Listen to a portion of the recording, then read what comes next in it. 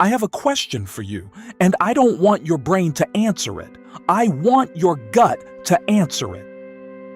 If you woke up tomorrow and absolutely nothing had changed, same job, same bank account, same relationships, same weight, same stress, same doubts, and you looked in the mirror and realized that 5 more years had passed, would you be proud of the person staring back at you? Or would you see a stranger, a ghost of who you were supposed to become? Because here is the brutal truth. You are not living your life. You are renting it. You are paying daily installments of your time, your energy, and your sanity, but you haven't signed the deed. You haven't taken ownership. And that is why you are exhausted. That is why you are restless. That is why you scroll through other people's lives at 2 a.m. feeling like you're missing something. You aren't missing an opportunity. You aren't missing talent. You aren't missing luck. You are missing ownership. Today, we are going to fix that. Today, you stop renting. Today, you take the keys back. Today, you own your power. Let's be honest with each other. You didn't lose your power. Nobody stole it from you. You didn't misplace it like a set of car keys. You gave it away. You handed it over, piece by piece, day by day, to things that do not love you back. You gave your power to the opinions of people who aren't even living the life you want. You gave your power to a job that would replace you in 2 weeks if you drop dead tomorrow. You gave your power to a past mistake that has already packed its bags and left, but you keep inviting it to stay for dinner. And the worst part? You gave your power to fear. Fear of failure, fear of embarrassment, fear of being too much or not enough. Let me ask you something radical. Who made fear the CEO of your life? Because right now, fear is sitting in the corner office. Fear is making big decisions. Fear is approving your budget, your relationships, your dreams. And fear is a terrible leader. Fear promotes safety over significance. Fear fires ambition and hires excuses. You want to know how I know you've been living small? Because you keep using the word someday. Someday I'll start. Someday I'll leave. Someday, I'll tell them how I really feel. Someday, I'll be happy. Let me give you a wake-up call. Someday is not a day of the week. It doesn't exist on any calendar. It is a polite word for never. You are not running out of time. You are running out of nerves. So, if we're going to own our power, we need to identify the 3 thieves that keep breaking into your soul and stealing it. Thief. Number 1, the approval addiction. You are addicted to being liked. You would rather be comfortable than correct. You would rather be accepted than exceptional. You are so terrified that someone might think you're arrogant that you've become invisible. Listen to me carefully. The people who are changing the world are not waiting for a round of applause before they take the first step. The critics, they never built anything. The haters, they never risked anything. Why are you giving the microphone to people who are sitting in the audience while you're trying to perform on stage? If you want to own your power, you have to make peace with being misunderstood. You have to be okay with being the only one who sees the vision until the vision becomes so undeniable that everyone else is forced to see it too. Thief. Number 2, the paralysis of perfection. You are waiting for a day that will never come. The day you have enough money. The day you have enough confidence. The day the timing is just right. Let me tell you something that will set you free. Done is better than perfect. Moving is better than waiting. Messy action beats pristine inaction every single time. Think about a plane. A plane on the runway sitting still is safe, but it's not serving its purpose. The moment that plane starts to take off, it shakes, it rattles, it makes terrifying noises, but once it breaks through the clouds, smooth skies. You are sitting on the runway of your own life, terrified of the turbulence, but you were built to fly. You were engineered for altitude. Stop trying to have a perfect launch. Just launch. Fix the wings mid-air if you have to, but get off the ground. Thief. Number 3, the seduction of smallness.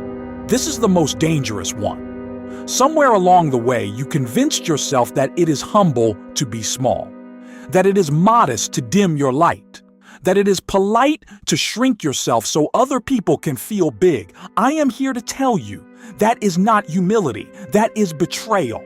You are betraying the gift that was given to you. You have a voice that no one else has. You have a fingerprint no one else has. You have a mind that no one else can replicate, and you are using it to blend in. There is a version of you that is bold.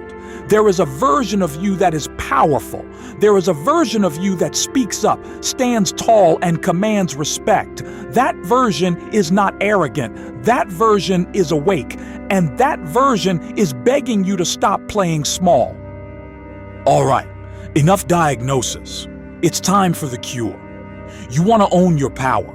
Here is the formula. 1. Own your past. You cannot change what happened to you, but you can change what you do with it.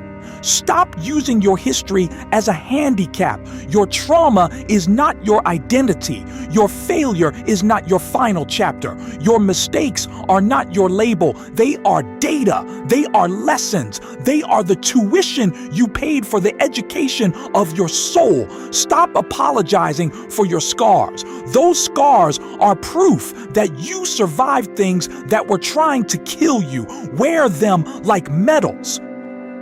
2. Own your voice. Stop asking, what if they don't like what I say? Start asking, what if they need to hear what I have to say? There is someone in this world whose breakthrough depends on your boldness.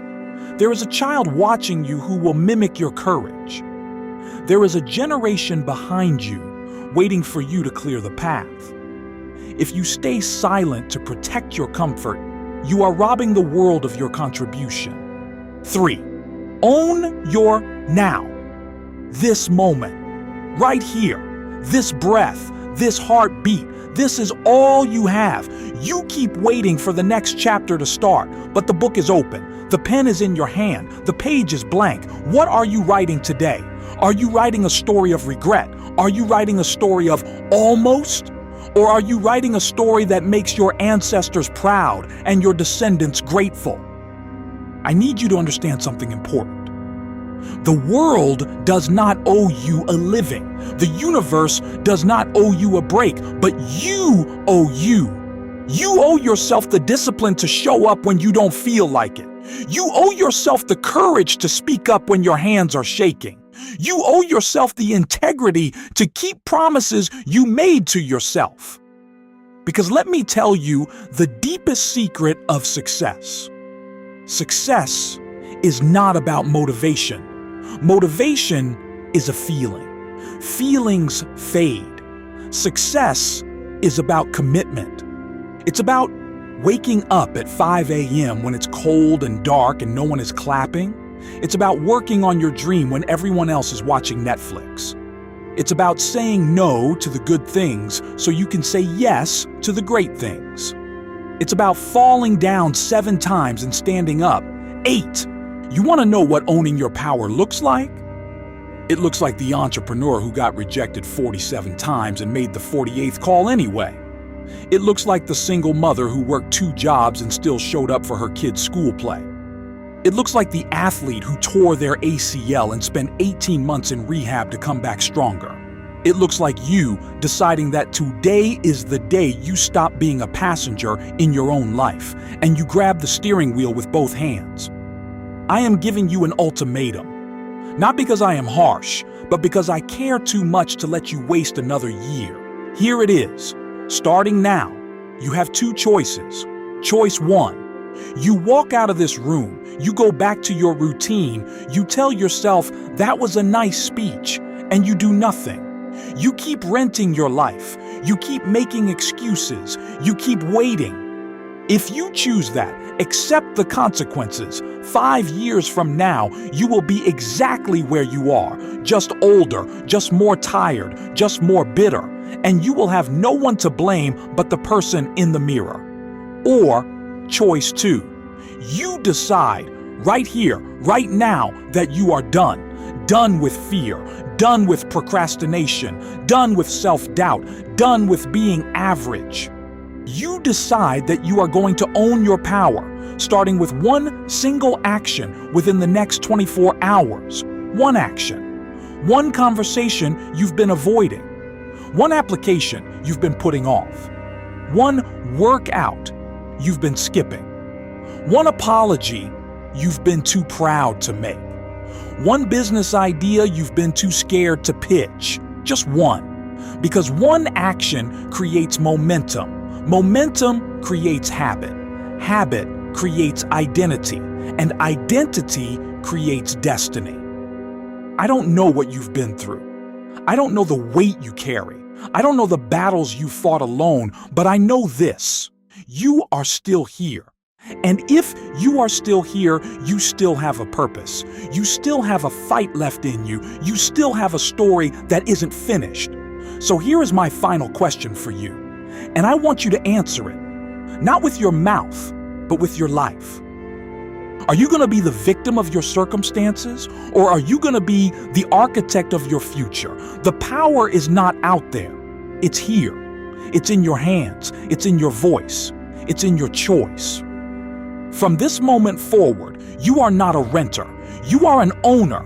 You own your time. You own your talent. You own your truth. You own your power. Now go out there and use it. Your future is waiting. Don't keep it waiting any longer. Thank you for watching, and see you in the next video.